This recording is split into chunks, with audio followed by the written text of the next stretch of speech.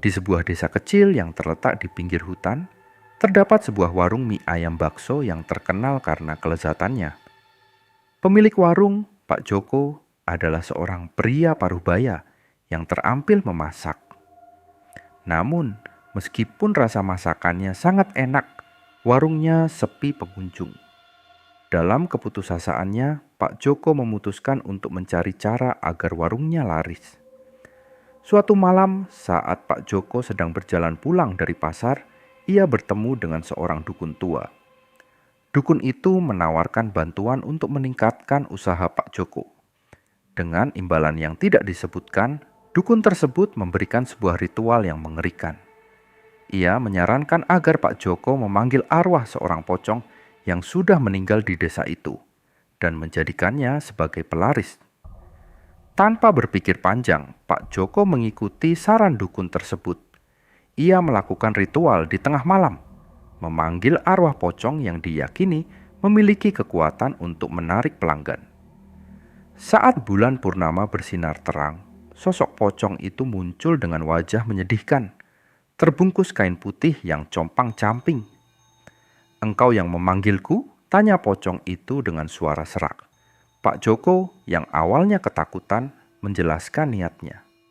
Pocong itu setuju untuk membantu, tetapi dengan satu syarat yang aneh. "Setiap porsi mie ayam yang kau buat, aku harus menjilatnya sebelum disajikan." Mendengar syarat tersebut, Pak Joko terkejut. Namun, demi kelangsungan warungnya, ia tidak punya pilihan lain.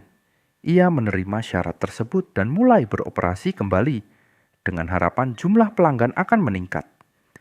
Hari pertama setelah ritual, sesuatu yang aneh terjadi. Pelanggan datang berbondong-bondong, mengantre untuk mencicipi mie ayam bakso yang katanya sangat lezat. Pak Joko merasa senang, tetapi di dalam hatinya, ia merasa ada yang tidak beres. Ia melihat pocong itu berdiri di sudut dapur, menjilat setiap porsi mie ayam dengan cepat dan penuh semangat. Namun, semakin banyak pelanggan yang datang, semakin sering Pak Joko merasakan kehadiran sosok itu di dekatnya. Suatu malam, saat warung sudah tutup dan suasana sunyi, Pak Joko mendengar suara bisikan aneh yang membuat bulu kuduknya merinding. "Aku ingin lebih." Bisikan itu terdengar seperti suara pocong yang semakin dekat. Keesokan harinya, Pak Joko terbangun dengan perasaan cemas. Meskipun warungnya ramai dikunjungi pelanggan, bisikan misterius dari pocong semalam terus terngiang di benaknya. Ia merasakan kehadiran sosok itu di setiap sudut warungnya. Rasa takut dan keserakahan mulai menggerogoti pikirannya. Saat Pak Joko membuka warung, ia melihat pelanggan sudah antre di depan pintu. Senyumnya terpaksa terlukis di wajahnya, tetapi di dalam hatinya ia merasa tertekan. Setiap kali ia mengambil porsi mie ayam, sosok pocong itu akan muncul, menjilat porsi mie dengan mata kosong yang menakutkan. Namun, Pak Joko tidak bisa mengelak. Ia sudah terlanjur terikat dalam kesepakatan ini. Seiring hari berlalu, pelanggan yang datang semakin banyak. Namun, ada sesuatu yang aneh. Beberapa pelanggan mulai mengeluh tentang rasa mie ayam yang semakin aneh. Beberapa menyebutnya rasa kematian, dan itu membuat Pak Joko semakin gelisah. Namun, saat ia melihat angka penjualannya meningkat, rasa cemas itu sedikit tertebus oleh kepuasan finansial. Di malam harinya, Pak Joko memutuskan untuk menemui dukun tua itu lagi. Ia ingin tahu lebih banyak tentang pocong dan apa yang mungkin terjadi jika ia melanggar syarat yang telah disepakati. Saat ia tiba di rumah dukun, suasana terasa mencekam. Dukun itu tampak lebih tua dan lemah, seolah-olah ia telah kehilangan kekuatan. "Pak Joko, kau harus berhati-hati. Pocong itu bukan sekadar pelaris. Ia memiliki ikatan kuat dengan dunia lain, dan semakin banyak energi yang kau ambil, semakin besar pengaruhnya terhadapmu." Nasihat dukun itu dengan suara bergetar. Pak Joko merasa ketakutan dan bingung. Ia tahu bahwa ia telah melakukan kesalahan, tetapi ia merasa terjebak dalam kesuksesan yang tidak wajar ini. Dengan penuh keraguan, ia kembali ke warung. Malam itu, Ketika warung tutup dan suasana menjadi sunyi, Pak Joko mendengar suara bisikan lagi, lebih keras dan lebih menakutkan daripada sebelumnya. "Kau harus memberi lebih banyak," suara itu menggema di kepalanya.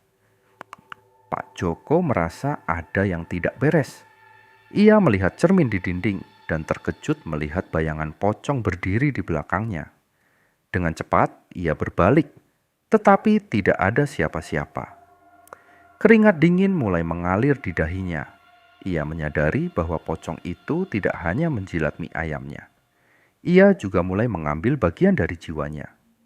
Ketika ia kembali ke dapur untuk melanjutkan pekerjaannya, ia menemukan porsi mie ayam yang telah disiapkan untuk pelanggan malam itu.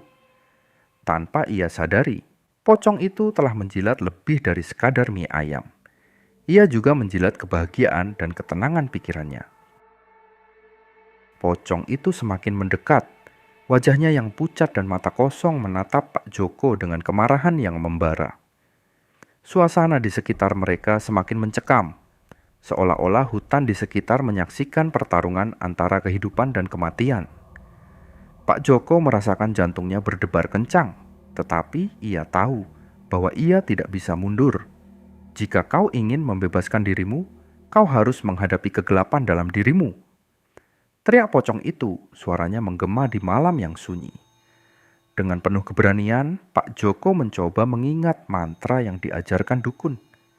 Ia tahu bahwa kekuatan pocong itu berasal dari ketakutannya sendiri. "Aku tidak akan membiarkanmu mengendalikan hidupku lagi," seru Pak Joko dengan suara yang bergetar, tetapi penuh tekad. Ia melanjutkan mantra, dan saat itu cahaya lilin di sekelilingnya mulai berkedip. Pocong itu terhenti sejenak, tampak bingung dan marah.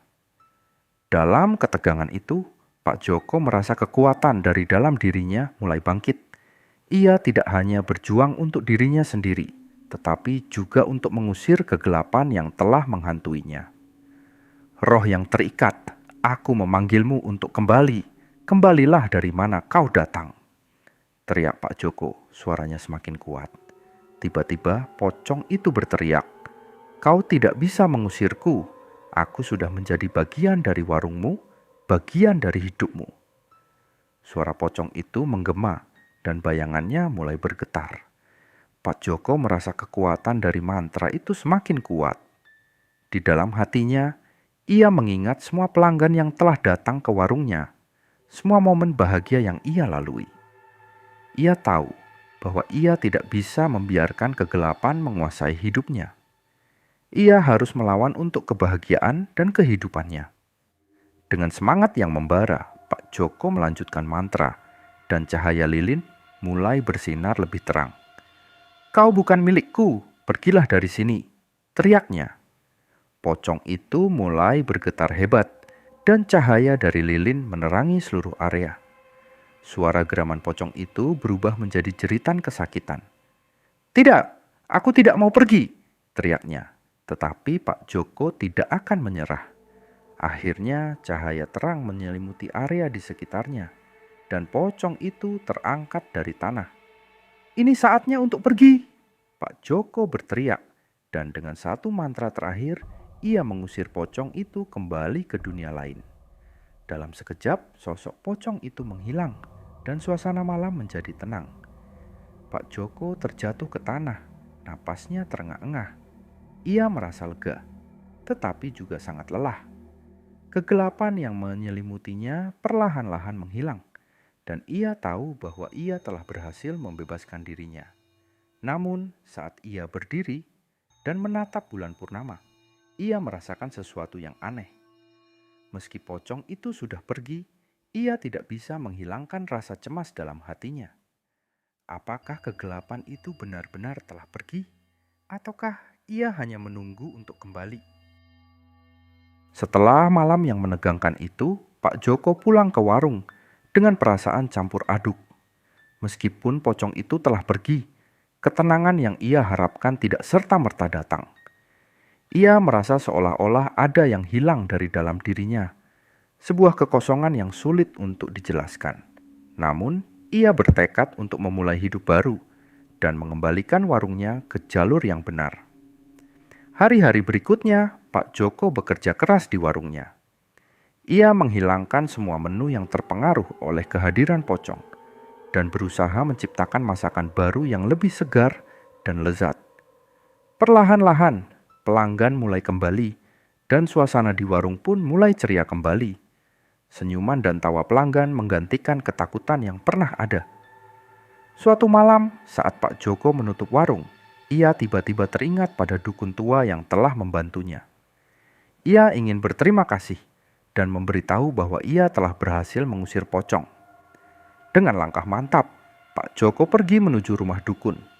Ketika ia tiba, dukun itu tampak terkejut melihat Pak Joko. "Kau berhasil ya?" tanyanya, senyum tipis mengembang di wajahnya. "Ya, saya berhasil mengusir pocong itu. Tapi ada sesuatu yang masih mengganggu saya. Saya merasa kosong dan tidak bisa sepenuhnya tenang," jawab Pak Joko. Dukun itu mengangguk. "Itu wajar. Ketika kau berurusan dengan roh, ada dampak yang ditinggalkan. Kau perlu melakukan sesuatu untuk mengisi kekosongan itu. Cobalah untuk berbagi kebahagiaan dengan orang lain." Pak Joko merenungkan kata-kata dukun. Ia menyadari bahwa selama ini ia terlalu fokus pada kesuksesan dan keuntungan. Ia perlu memberi kembali kepada masyarakat dan membuat hidupnya lebih berarti. Dengan semangat baru, Pak Joko kembali ke warung dan memutuskan untuk mengadakan acara amal. Menyajikan mie ayam gratis untuk anak-anak yatim di desanya. Hari acara amal tiba, dan warung dipenuhi dengan anak-anak yang riang. Pak Joko memasak dengan penuh cinta, dan suasana penuh tawa mengisi ruangan. Ia merasa kebahagiaan itu mengalir kembali ke dalam dirinya, menggantikan kekosongan yang pernah ada. Saat ia melihat anak-anak menikmati mie ayamnya, ia merasakan kehadiran cinta dan keceriaan yang telah lama hilang. Seakan-akan pocong itu tidak pernah ada, dan hanya cahaya yang tersisa. Malam itu, saat semua anak pulang dengan perut kenyang dan senyuman di wajah mereka, Pak Joko merasa damai. Ia tahu bahwa ia telah menemukan jalan kembali ke kehidupannya yang sebenarnya. Kegelapan yang pernah membayangi kini telah sirna, tergantikan oleh cahaya kebahagiaan dan kepuasan batin. Hari-hari berlalu, dan meskipun warung mie ayam bakso Pak Joko terus ramai, suasana di dalam hati Pak Joko semakin kelam. Setiap malam, bisikan pocong itu semakin menggema di kepalanya, menuntut lebih banyak dari yang telah ia berikan. Pak Joko merasa bahwa ia tidak hanya menjual mie ayam, tetapi juga menjual jiwanya. Suatu malam, saat warung sudah tutup dan semua pelanggan telah pergi, Pak Joko duduk sendirian di meja kayu tua. Ia merenungkan semua yang terjadi. Tidak ada jalan keluar, dan ia merasa terjebak. Tiba-tiba, pintu dapur bergetar, dan suara bisikan itu kembali terdengar. Saatnya untuk lebih banyak lagi. Kehadiran pocong itu semakin mendesak, dan Pak Joko merasakan tekanan yang semakin berat. Dalam keputusasaannya, ia memutuskan untuk mencari cara untuk menghentikan semua ini. Ia teringat pada dukun tua yang pernah ia temui. Mungkin ada cara untuk membebaskan diri dari kutukan ini. Hari berikutnya, Pak Joko kembali ke rumah dukun. Ia mendapati dukun itu sedang duduk di beranda, tampak lelah dan pucat. "Apa kau kembali untuk meminta nasihat?" tanya dukun dengan nada serius. "Ya, saya ingin tahu bagaimana cara menghentikan semua ini. Pocong itu, ia semakin menguasai saya," jawab Pak Joko dengan suara gemetar. Dukun itu menatap Pak Joko dengan penuh perhatian. Pocong itu adalah roh yang terikat pada dunia ini karena alasan tertentu. Jika kau ingin membebaskan diri, kau harus mengembalikannya ke tempat asalnya. Namun, itu tidak akan mudah. Kau harus melakukan ritual yang berani dan menghadapi ketakutanmu. Pak Joko merasa bingung dan ketakutan. "Apa yang harus saya lakukan?" tanyanya. "Buatlah sebuah ritual di tempat di mana pocong itu pertama kali muncul, saat bulan purnama, Kau harus memanggilnya dan mengembalikannya ke tempat asalnya. Tapi ingat, ia tidak akan pergi dengan mudah. Ia akan melawan, jawab dukun. Malam itu, Pak Joko pulang dengan tekad baru. Ia mulai mempersiapkan ritual tersebut, meskipun ketakutannya terus menghantuinya. Ketika malam bulan purnama tiba, ia pergi ke tempat di mana ia pertama kali memanggil pocong itu. Di tengah hutan, di bawah sinar bulan yang terang, Pak Joko berdiri dengan hati berdebar. Ia menyalakan lilin dan mengucapkan mantra yang telah diajarkan oleh dukun. Suasana menjadi semakin mencekam dan angin malam berhembus kencang. Tiba-tiba, sosok pocong itu muncul, menjulang tinggi dengan tatapan kosong. "Mengapa kau memanggilku lagi?" Suaranya bergetar, penuh kemarahan. "Aku ingin membebaskan diriku dari ikatan ini. Kembalilah ke tempat asalmu," teriak Pak Joko, berusaha menunjukkan keberanian meskipun hatinya bergetar. Pocong itu menggelengkan kepalanya, dan suara bisikannya berubah menjadi geraman yang mengerikan. "Kau telah memanggilku, dan kini aku adalah milikmu. Tidak ada jalan mundur." Pak Joko merasa terjebak dalam kegelapan. Ia harus menghadapi pocong itu dan membebaskan jiwanya sebelum semuanya terlambat. Dengan tekad dan keberanian, ia melanjutkan ritualnya, berdoa agar kekuatan jahat itu bisa diusir.